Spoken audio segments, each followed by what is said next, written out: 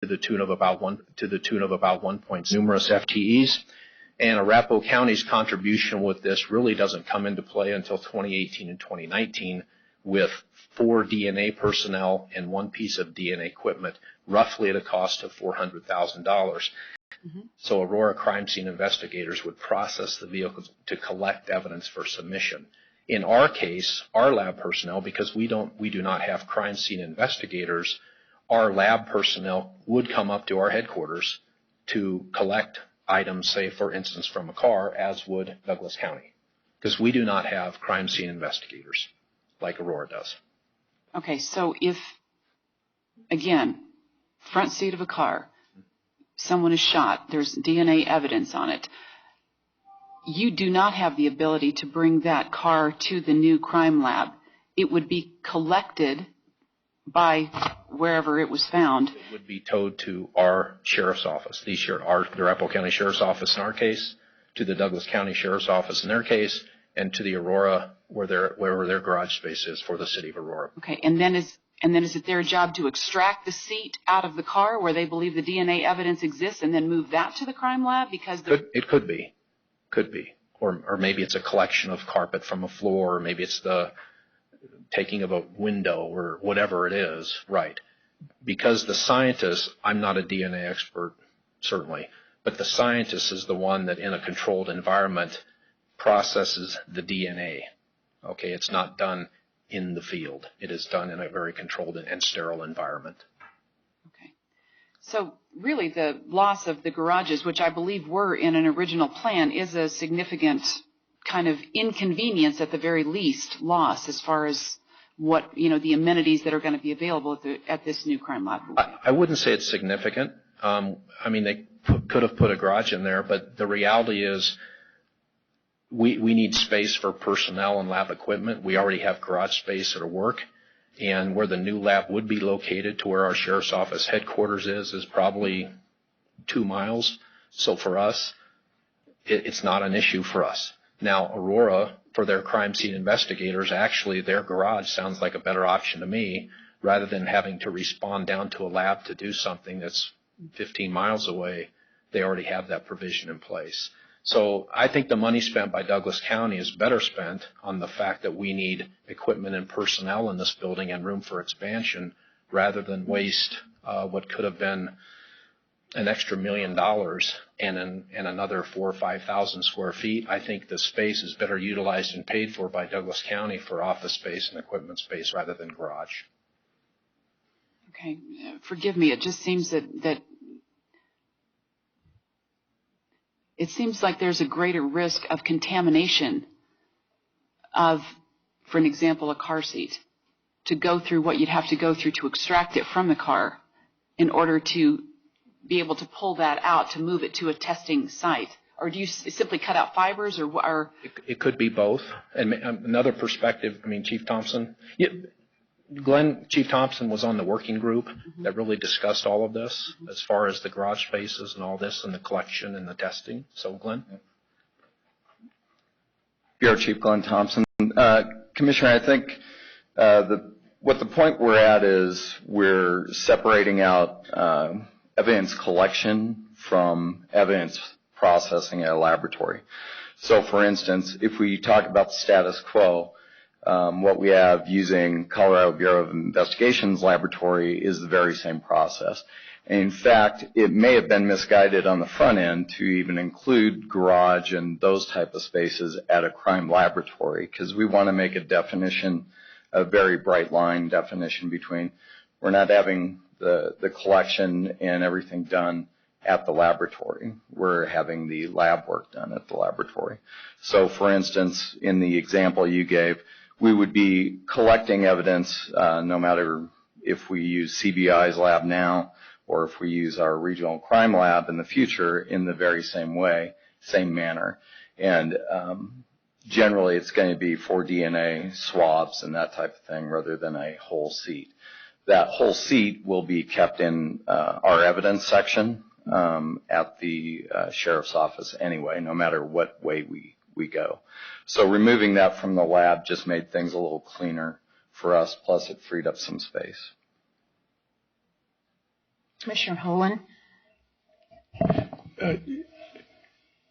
This process is no different than if you process a crime scene in a home, a trailer, or in the street. It appears to me there's no denigration of the quality of the evidence that's recovered, and I think that where that evidence is recovered really is not germane to the testing process. And I think, I certainly agree with this concept. We're saving money and we're expanding the capabilities of the lab. I mean, I think that's the bottom line, and I certainly support it. Commissioner Jackson. Yes, thank you. Excuse me. I am hearing the word garage a lot, and I have a layperson's vision of what a garage is. Perhaps kind of discussing what you mean by garage rather than the place where I put my car. Is a garage a place for storing evidence? So our garage, we really have it for processing vehicles indoors or large items that we can maybe move indoors from a scene.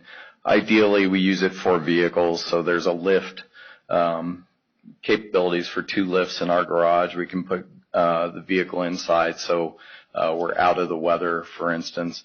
We're not losing any further evidence that may be contained on the outside of a vehicle if it starts to rain, snow, that type of thing. So that's what we're talking about as far as a garage. It's a place to, in a controlled environment, take the items for our staff to process them. The evidence is then collected, whatever it may be, if it's a latent print, if it's a DNA swab, if we have to take the seat out, for instance, or any other physical items that we take. But then those items are then placed in our evidence section until a lab request can be made in the current state, and that item or whatever the evidence is can be sent to the Colorado Bureau of Investigation. In our case, then we're hoping to have a regional lab so we can send it to our lab, our priorities, and get that evidence processed quicker. Commissioner Jackson. More complicated than it needed to be. But so this garage is like the garage I take my car to get it fixed, it's got the lifts and all that. And it is used for processing and data collection. And you also have somewhere a place where you keep evidence and store it. So that's not necessarily part of the garage, but that's not going to move. So the garage is not going to move, and the storage of evidence is not going to move. But all the crime lab is going to do is evidence analysis. Correct? That's correct. Okay. Thank you. And really, by removing the garage from the regional crime lab, it does make things a little bit cleaner because each agency is still responsibility for that chain of custody on the evidence. So processing it, the vehicle, and collecting that evidence at our location, placing it into our evidence section, maintaining that chain of custody is much cleaner than were we to take it to a lab and then have that processed up there. There was some question. We'd probably then have to take the evidence back to our evidence section to maintain custody and then take it back to the regional lab for processing. It actually makes a lot of sense to me. Thank you. And I would say maintaining each agency would maintain the integrity of that, whatever it is, that evidence until it could be analyzed and sent to the lab. Correct. Yes. And we just have to ensure that this lab is not meant to be a place to store evidence. Right. All the agencies have an evidence unit. We're fortunate to have a very nice evidence unit. We try to maintain, keep the items of evidence numbers we have down, because the last thing we need is that to overwhelm our facility, which we've done well. So that the chain of custody is actually critical in any criminal prosecution. Great. Thank you. Commissioner Baker. When I read the IGA, my initial thought was a lot of work has gone into this. A lot of very well thought out trying to address any of the things that might come up between three different entities with three different cultures, three different ways of doing this. And I want to commend everyone that's been working on this project as well, including our county attorney, Ron Carl. I had two concerns. One was internal, and it was because of my lack of knowledge about how the ALEA fund was created and how it was changed.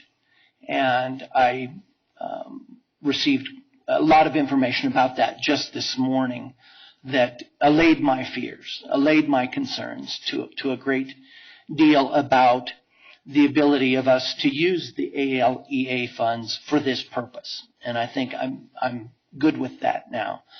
One of the other things that is an external issue or concern with the IGA is that it does state in here Douglas County's requirement to provide the land and the building for this crime lab, and kudos to you for taking that on. That's one of the biggest parts of this, is having the site identified and the abilities and capabilities of the building. So that's very good, and it's a very expensive building. The cost of the building is listed in one of the exhibits.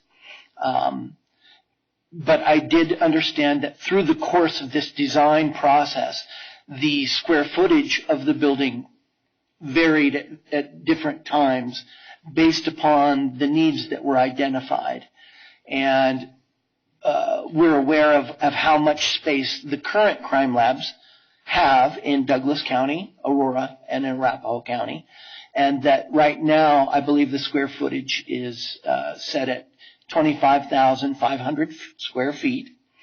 And I was wondering if it would be a benefit to all three parties involved if somewhere in the intergovernmental agreement there be that identified, that square footage identified, or at least a minimum amount of square footage identified to give us comfort level in knowing that the building will be, in fact, of a sufficient size to handle what's currently planned to go into the building and maybe a small amount of expansion in later days. Can you either both comment on that? Let me comment, if you don't mind. Sheriff Walsh. Sorry. On the square footage, it has gone through a process to identify a square footage that we came up with ultimately is 25,500. Of course, with no garage, that saves square footage, whereas like the Jefferson County lab has a garage included in their 16,000 square feet. So we're good. But Sheriff Spurlock can speak to the definitive plan of 25,500. I will say that what we are getting into, just so everyone is very clear, what we would be getting into is all the personnel from Douglas County, Arapahoe County, and the Aurora Police Department would be assigned. In addition, that the required FTEs that are part of this through 2019 could also be assigned there. And even over and above that, after that, we would still have room for 5 more DNA or firearms scientists, as well as additional cubicles. My feeling is on the size of the lab, the way it is set right now, gets us more than a decade into what we would need. The other piece I would say, and there's also, it allows for 10,000 square feet of expansion if necessary. However, in my opinion, that in the event we have a discussion a decade out of expansion of this lab, we need first to talk about running this thing 7 days a week and not just Monday through Friday, 8 to 5. That's less than 1/4 of the time in a given week is 40 hours, 168 hours in the week, and there's no reason why this lab couldn't operate 7 days a week and have shifts. So before there's ever any talk of expansion, I think the conversation by that board at that moment in time, if we have that need, is to establish keeping the doors of this place open longer than a Monday through Friday type situation. Sheriff Spurlock. Thank you. The GMP, which is a guaranteed maximum price, as a document can be given as an attachment or an addendum to this, which clearly lines out the square footage, the price of that square footage, and then the agreement between that company and the Douglas County Board of County Commissioners.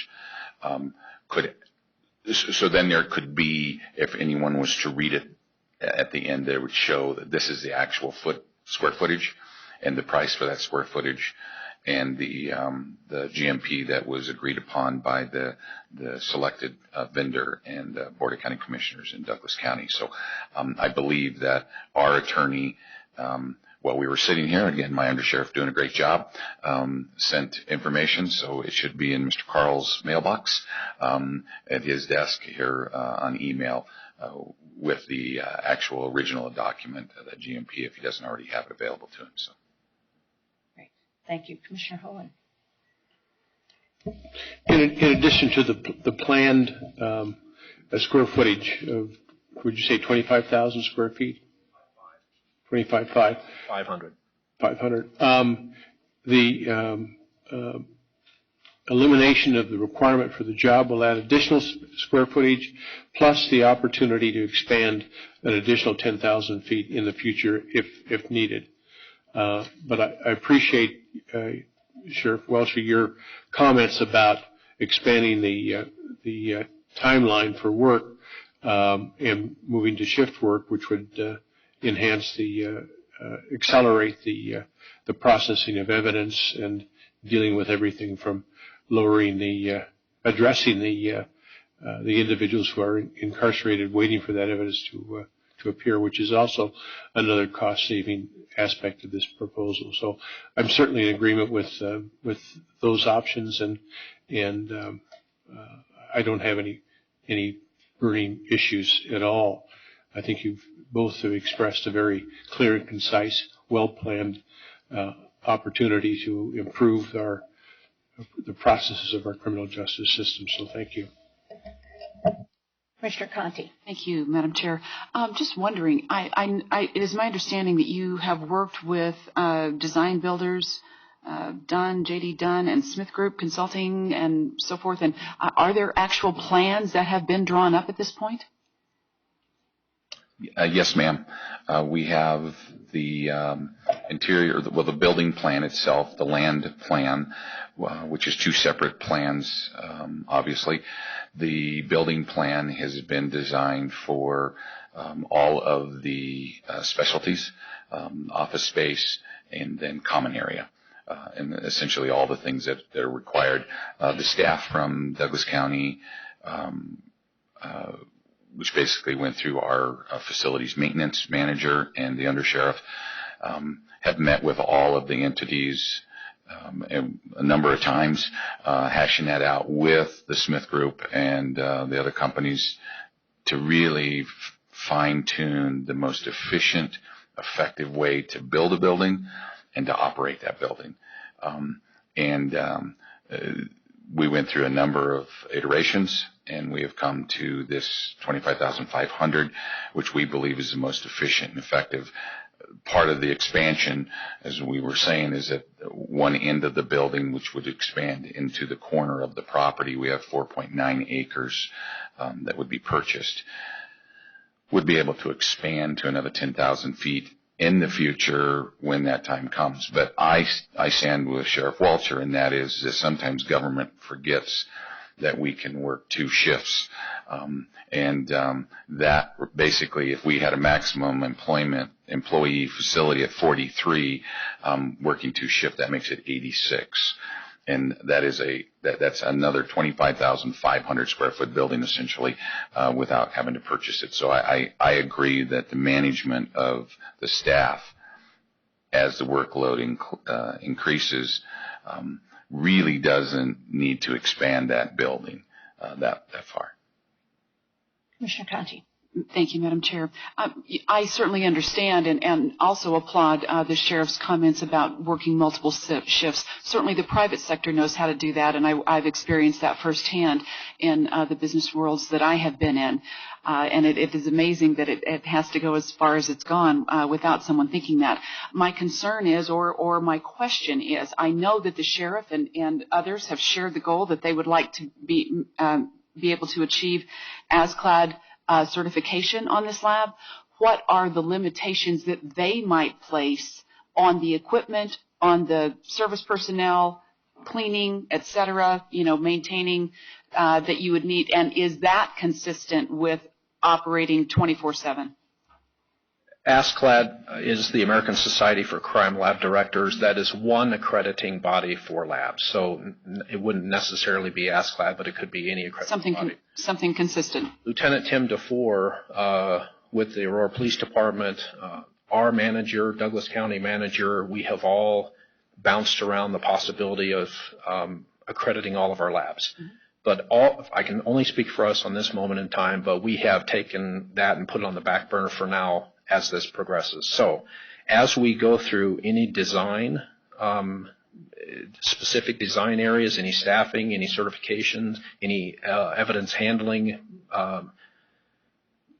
policies and procedures we have, everything we would do, everything we would incorporate into that lab, and every policy we would have related to that lab would absolutely follow any accrediting standards that are out there. So that accreditation is generally not about facilities itself. It's more about equipment, the maintenance of the equipment, the policies and procedures of the lab personnel. Usually, and just like with our CLIA accreditation or our NCCHC or AC accreditations that we have, the accrediting bodies generally don't tell you how to do something. What they generally say is you have to have a policy that addresses this. So it's not really, they don't tell you got to do this necessarily, but they want you to make sure you have the right policies and procedures in place. And I would only be one member of a board, but it would certainly be my intention to encourage this board and this director to get that lab accredited as soon as possible. And we will never do anything that would be inconsistent with any accrediting standard, any accreditation standard related to something we would pursue. Therefore, I can assume that you have already looked at the ASCLD standards for maintenance of equipment and that running the equipment 24/7 is consistent with meeting those standards? Unless there is a specific standard that would contradict running a piece of equipment longer than 8 hours, and I don't think there is any off the top of my head. I'm not an ASCLD expert, but we have been looking at ASCLD, at least looking at the possibility of us doing it now for several years. It is an involved process, but I would envision to say that there are probably not standards about how long you run a piece of equipment. There would be standards about maintenance of equipment, ongoing maintenance. I get that, but it's irrelevant how long you run something as long as you do it within the confines of whatever maintenance cycle there is or stated by a manufacturer for a specific piece of equipment, as an example. Absolutely. And that was kind of my point. It's hard to, you can't completely just double because there's got to be some downtime in order to maintain equipment and so forth, and some time has got to be allowed for that. And that was kind of the point of my asking the question. Obviously, with the 3 facilities that currently exist and no one having achieved any kind of certification from ASCLD or anyone else, it's obviously not an automatic. And so that's why I ask the question, to make sure that these kind of things have been considered as in a total overarching how it would come into play. That has been discussed a lot, and I will say I think it'll be easier for us, quite honestly, because I will tell you the Arapahoe County Sheriff's Office is accredited by the Commission on Accreditation for Law Enforcement Agencies, as an example, but as is Douglas County and as is the Aurora Police Department. So this accreditation process on the public safety law enforcement side, we're very in tune with accreditations, and so is Aurora, and so is Douglas County. So I don't see it's more of an obstacle just to make sure that every policy and procedure you have are compliant with standards. I would suggest that we do very few things, and maybe none, outside of any current standard anyway right now, because our staff and our crime lab manager certainly knows every one of those ASCLD standards. So that has to, and I can't speak for the sheriff or the chief Matz, but that's got to be priority of getting this place accredited as soon as possible. One follow-up question. Sorry. Conti. Thank you. I apologize. Obviously reading through this and trying to get up to speed, many questions came to my mind. And so I apologize that we're on catch up and haven't had all the months to brouhaha and discuss and so forth that everyone else has had. So please forgive me for the inquisitive nature today. You've talked about 2 years to process DNA evidence. How much of that time is spent just in the queue before it actually comes up to get tested? And then how much time does it take to actually accomplish the test with the DNA equipment that we're talking about being present in this lab? The great majority of that time is in a queue, depending upon the item of evidence, and I'm not a DNA scientist, but depending upon the evidence itself, the complexity of the analysis. I know of one particular case we've sent in for DNA processing on 3 different occasions, just because there's different methods of extraction and things like that. So the actual time itself is days, right? The queue is what produces 200 days of wait time. And as I said earlier, the volume of DNA requests coming into CBI even now still exceeds what their capacity is. So I see it as the wait time is going to get worse based upon the numbers I received even last week. So most of it is very much the queue.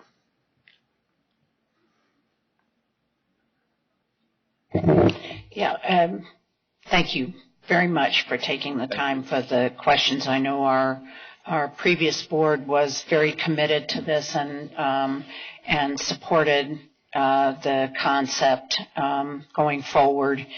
But we have 2 new commissioners that are trying to get up to speed here and feel comfortable with because they're now in a position to support or not support this IGA. So I just wanted to comment on we do have a very strong and effective partnership, not only with our cities but with Douglas County on a whole host of issues, and that gives me the confidence that we have a common goal here and that we can address issues as they come up in a manner that is going to support the citizens of both of our counties and the city of Aurora, and any cities that would like to have DNA